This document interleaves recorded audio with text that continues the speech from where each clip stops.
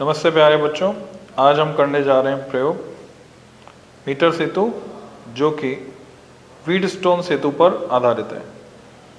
तो मीटर सेतु के उपयोग द्वारा अज्ञात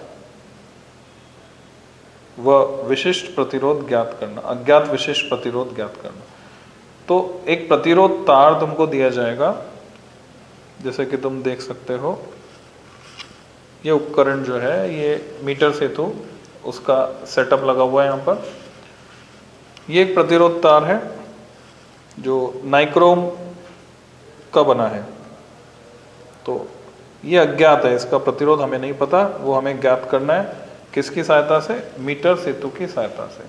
पहले प्रतिरोध ज्ञात करेंगे, फिर जो सूत्र हम जानते हैं विशिष्ट प्रतिरोध का, rho equal to SA/L S pi D square by 4L, इससे हम विशिष्ट प्रतिरोध निकाल लेंगे, उसका रॉ यानी प्रतिरोधकता निकालेंगे। उसके लिए जो परिपथ चित्र है, सिद्धांत है, वो सब तो हमें पता होना चाहिए। क्या सीक्वेंस रहता है? जब भी हम किसी प्रैक्टिकल को रिकॉर्ड करते हैं, प्रयोग को कॉपी में लिखते हैं, सबसे पहले हम लिखते हैं उद्देश्य। तो उद्देश्य क्या है? मीटर सेतु के उपयोग द्वारा अज्ञात विशेष प्रतिरोध ज्ञात करना, ये तुम लिख सकते हो। फिर इसके लिए कौन कौन से उपकरण हमको चाहिए, प्रयुक्त उपकरण कौन कौन से होंगे? तो सबसे पहले तो वही है अज्ञात प्रतिरोध तार। फिर ये उपकरण है लकड़ी का एक पट्टा, मीटर सेतु, जिस पर तुम देख रहे हो बीच में आई आकार की एक पत्ती है धातु की, किनारों पर एल आकार की पत्ती है इधर और इधर, जबकि 1 मीटर लंबा कॉन्स्टेंटन या यूरेका या कॉन्स्टेंटन इसको कहते हैं, उसका तार 1 मीटर लंबा प्रतिरोध तार तना हुआ है। और हमें चाहिए प्रतिरोध बॉक्स, यह है, इसको बोलते हैं प्रतिरोध बॉक्स। तो प्रतिरोध रेजिस्टेंस बॉक्स की मदद से हम 1 ओम, 2 ओम, 5 ओम यानी 1-1 ओम के पदों में हम प्रतिरोध बढ़ा सकते हैं, बढ़ाकर प्रतिरोध लगा सकते हैं। तो ये इसके 2 टर्मिनल है जिनके द्वारा इसको संपर्कित किया जाता है, इस गैप में संपर्कित किया गया है। फिर ये है गैल्वेनोमीटर, जो धारा की दिशा बताता है। इसमें सुई जो है अभी बीच में है, जैसे कि तुम देख रहे हो। जब धारा प्रवाहित होगी तो दाईं ओर या बाईं ओर ये विक्षेपित होगी। इसमें जो रेड नॉब है वो पॉजिटिव, ब्लैक नेगेटिव होती है। हालांकि इसमें प्लस माइनस से कोई फर्क पड़ेगा नहीं, क्योंकि दिशा बदल जाएगी बस, और हमें तो शून्य विक्षेप देखना है, बैलेंसिंग एक्सपेरिमेंट हम कहते हैं। और ये है जॉकी, नेगेटिव जो है किससे जुड़ा होता है? जॉकी से, विशेष प्रकार विसर्पी कुंजी कहते हैं इसको बच्चों। ध्यान से देखोगे तो नाइफ एज जो है, यानी नुकीला जो किनारा है इसका, उसमें कुछ ग्रूव कटे हुए हैं, जिससे कि इसको तार पर फिसलाया जा सके। तो ये हुई विसर्पी कुंजी। फिर हमारे पास है बैटरी सेल। शक्ति स्रोत के रूप में हम 2 पेंसिल सेल का इस्तेमाल कर रहे हैं, लैक्लांशिया सेल भी इस्तेमाल कर सकते हैं। 1.5 वोल्ट एंड 1.5 वोल्ट, 3 वोल्ट। और इधर है ये प्लग कुंजी। जब मैं ये प्लग यहाँ धातु के 2 ये जो ब्लॉक हैं इनके मध्य लगा दूंगा यहाँ पे, तो सर्किट कंप्लीट हो जाएगा, परिपथ पूर्ण हो जाएगा। तो परिपथ को कैसे जोड़ना होता है वो तुम्हें आना चाहिए। जब हम परिपथ को जोड़ते हैं तो सामान्यतः हम क्या करते हैं, जो भी तार है, संयोजी तार, इसको हुक के रूप में मोड़ते हैं आगे से, ऐसे हुक के रूप में मोड़ा इसको, और जहाँ पर जोड़ना है वहाँ संयोजी पेच उसको ढीला करके बीच में फंसा देते हैं और फिर वहाँ से टाइट कर देते हैं। इस प्रकार से सारे कनेक्शन हम इसमें बनाते हैं। कनेक्शन इस प्रकार का होना चाहिए, खींच कर देख लें उसको हम कि वो तार वहाँ पर जुड़ जाना चाहिए।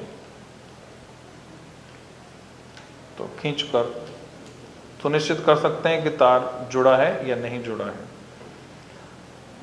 परिपथ एक बार बन गया, कैसे बनाया है तुलना कर सकते हो तुम बच्चों।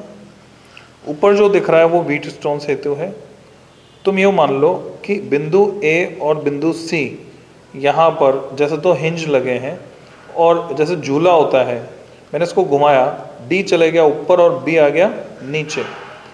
तो ऐसी स्थिति में इसकी तुलना सीधे सीधे तुम इससे कर सकते हो।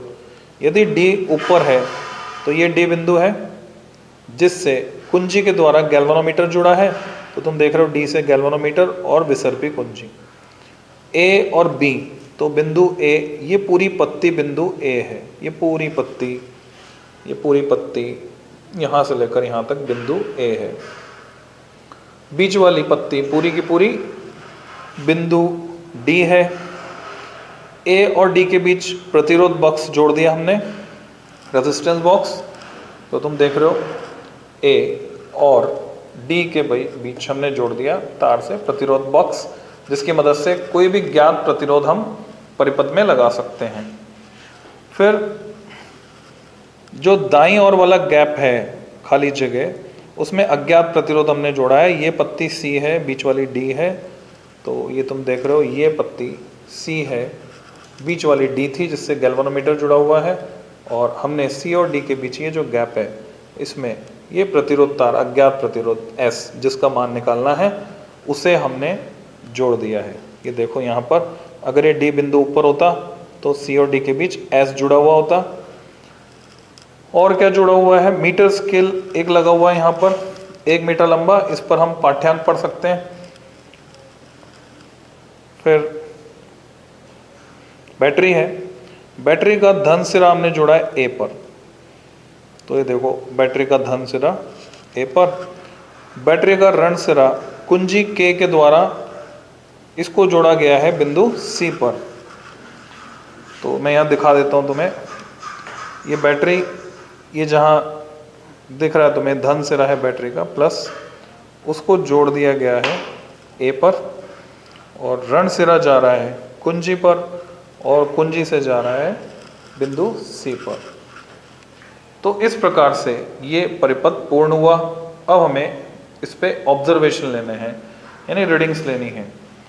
तो उसमें तुम्हें चित्र बनाना होता है, उसके बाद सूत्र जो तुम काम में लेने वाले हो, अज्ञात प्रतिरोध S का मान निकालने के लिए Q/P × R। अब हम जानते हैं कि प्रतिरोध लंबाई के समानुपाती होता है, तो अब प्रतिरोध लंबाई के समानुपाती है अगर, तो प्रतिरोध तार की लंबाई जो हम यहाँ पे नापेंगे, P और Q हमें मिलने वाले हैं, ये उल्टा घुमा दिया था हमने, B बिंदु नीचे था, D ऊपर था, तो P और Q कहाँ मिल रहे थे, A और C के बीच। तो P और Q कहाँ है बच्चों, A और C के बीच, ये बिंदु A है और यहाँ ये जुड़ा हुआ है बिंदु C है। मान लो जॉकी जो है मेरे पास, जैसे कि यहाँ पर है गैल्वेनोमीटर जुड़ा है B और D के बीच, तो मेरे पास D बिंदु तो दिख रहा है, ये D बिंदु है, मुझे B बिंदु ढूंढना है। तो B बिंदु कहाँ मिलेगा, इस तार पर मैं इसे घुमाऊंगा, जहाँ टच करने पर शून्य विक्षेप दर्शाएगा गैल्वेनोमीटर, उस बिंदु को बोलूंगा बिंदु B। तो बिंदु A से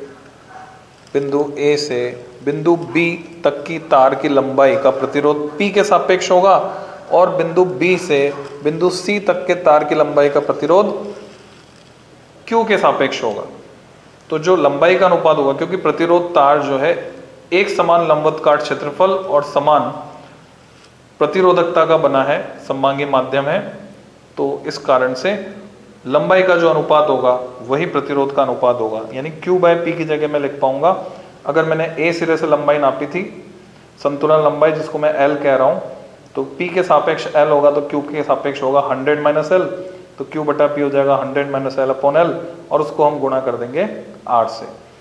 तो ये पूरा परिपथ हुआ जो थ्योरी में तुमने पढ़ा था लास्ट टर्न पे। तो अब हम बात करते हैं प्रयोग कैसे करना है। तो बच्चों प्रयोग करने के लिए सबसे पहले मैंने यहाँ पर 2 ओम का प्रतिरोध बॉक्स में निकाला है। बाकी कुंजियों को टाइट करके मैं सुनिश्चित कर लूँगा कि कोई ढीली नहीं होनी चाहिए, नहीं तो बिना जानकारी के कुछ प्रतिरोध परिपथ में आ जाएगा जो हमारे पाठ्यांक को गलत कर देगा, प्रयोग को ही गलत कर देगा। तो यहाँ आप देख पा रहे हैं 2 ओम, यहाँ से मैंने कुंजी निकाल दी। ये सारे प्रतिरोध श्रेणी क्रम में लगे हुए हैं, तो जितनी कुंजी निकाल दूंगा उतना ही प्रतिरोध जुड़ता चला जाएगा और उतना प्रतिरोध परिपथ में इंट्रोड्यूस हो जाएगा। अब मुख्य कुंजी प्लग की, उसे मैं लगाता हूं, उसे मैंने बंद किया। अब हम देखते हैं कि गैल्वेनोमीटर जो है कितना विक्षेप दर्शाता है। तो गैल्वेनोमीटर में विक्षेप देख सकते हैं।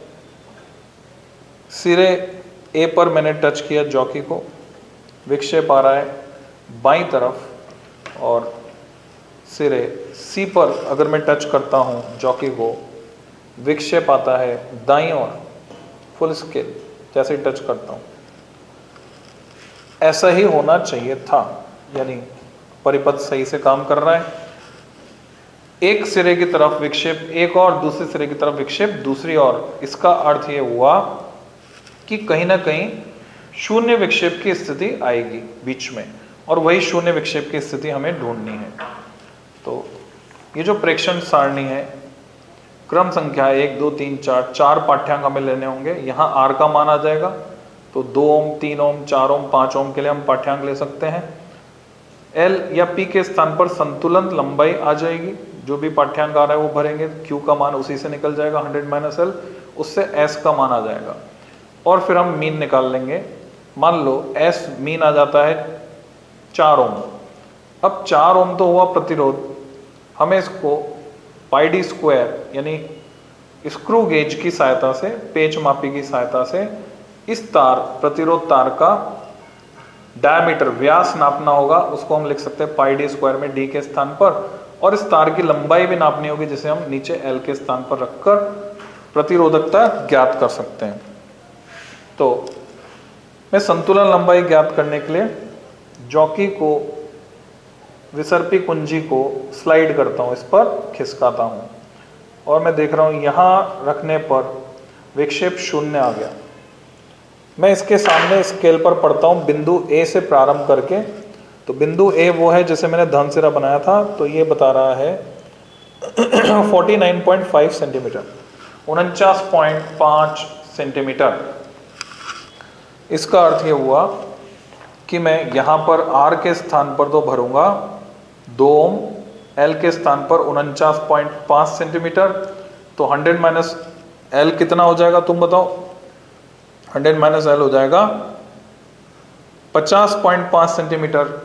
और फिर S का मान निकालने के लिए हम क्या करेंगे? 50.5 अपॉन 49.5 इंटू 2। तो ये S का मान प्राप्त होगा, जो लगभग 2 ओम होगा, 2 ओम से थोड़ा सा अधिक होगा। ये हुआ पहला प्रेक्षण। अगले प्रेक्षण के लिए हम क्या करेंगे? इसको बढ़ाकर कर देंगे 3 ओम। जैसे इसको 2 और 1 और कुंजी मैंने निकाल दी 3 ओम। तो अब क्या होगा? अब इससे आगे मिलेगा पाठ्यांक थोड़ा सा। तो अब मैं देख रहा हूं शून्य विक्षेप की स्थिति आ रही 57 पर। तो उसके अकॉर्डिंगली मैं प्रेक्षण सारणी में 57 लिखूंगा, और इसी प्रकार से और अगला पाठ्यांक लेकर हम 4 पाठ मान लेंगे उनके, और फिर माध्य निकाल लेंगे। और माध्य निकालने के बाद हम